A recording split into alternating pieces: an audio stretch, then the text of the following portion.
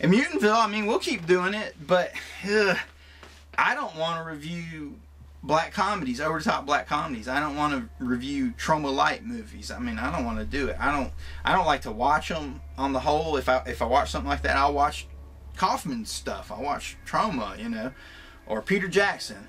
Or if a lot of people really say it's really good, I'll check it out. I mean, I'll never rule out anything, but on the whole, that little subgenre, they just don't appeal to me in the slightest.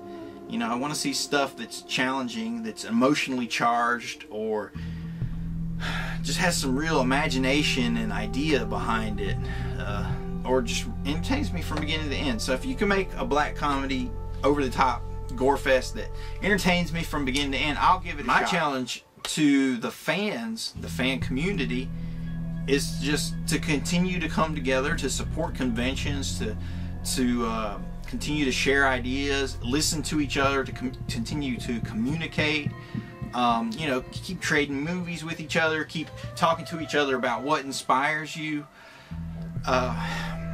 and lay off the hate. I mean, just let it go. It's time to drop that shit. I mean, haterism is dead, man. It's played out. Not dead, it's rampant. Haterism is, it's a pandemic in the internet. Haterism has got to go, man. It's just not the way to be. Let's talk about what we love again and lay off the stuff that we hate. So when I tell you, you know, I think Diary of the Dead is great, don't come at me with some kind of weird insult or whatever just because you didn't like it or it made you mad or whatever. Just say, okay, cool, that's cool, shake hands and break, you know, go your way. I mean, you know, you might have something that I didn't care for. Though there are very few movies that make me mad with rage. I mean, I can't think of it. I mean, usually if it's something that just doesn't interest me, you know, I just let it go. The last movie I can think of that really made me mad, I'll admit this on camera, was Irreversible. And that's something a lot of filmmakers, that's a movie a lot of filmmakers really dig and has a lot of support in the fan communities. But yeah, man, that movie pissed me off. I didn't like it. In the long run, I've seen how, I mean, it's one of those things where, like Andy Kaufman, who used to, his idea of comedy was to do something just stupid that wasn't comedy, you know, reading a book or whatever. And when the audience would get pissed off, you know, that's what he wanted, was he wanted that emotional response, that reaction. So, you know, if I got mad at Irreversible, if it enraged me, there you go. Filmmaker Gaspar Noé, he got a response from me. But nowadays, fans get mad about ideas behind things before they ever get mad about the piece itself. Like Rob Zombie's Halloween, that all started when Quint on Ain't It Cool News, or is it Cunt? No, it's Quint, yeah. Did a review of Rob Zombie's script for Halloween. Dude, you don't do that. You review the movie. You don't review a script. Point blank.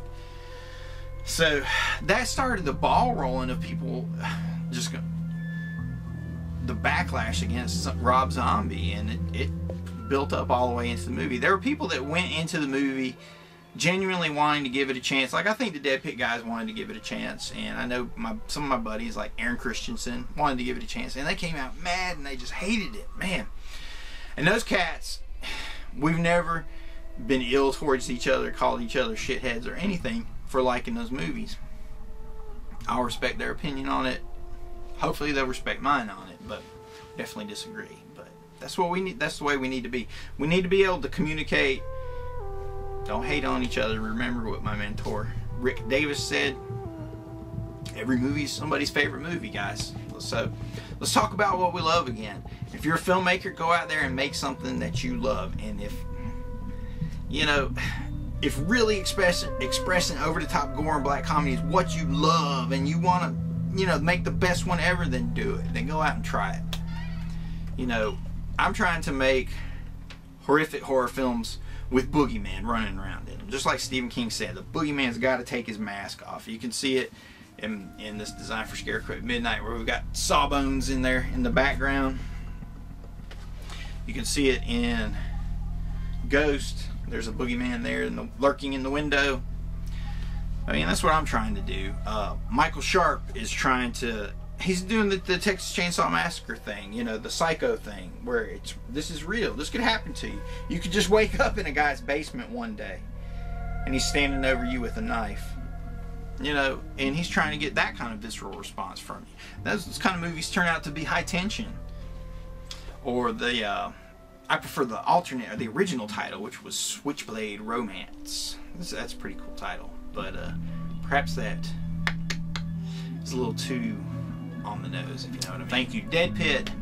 Please don't give up on us. Some of us are out here still trying to kick ass and take names. You gotta understand, we're dealing with so much shit behind the scenes too. It's trying to make the product and do the branding and all that stuff. It's hard, but it can be done. Find a good group of people and do it. That's what DEADPIT's about. That's what MVP is about. If you're an indie filmmaker, I'll review your movies. I'll review them though. I'm brutal, but if it's good, I'll tell you, and that's what I want to hear from DEADPIT. So don't give up, guys. Give us another chance. You never know when. You never know where the next Texas Chainsaw Massacre is going to come from. You never know where the next Halloween is going to come from. You know, this is the same thing Ken Daniels said, promoter of Fright Night Film Fest.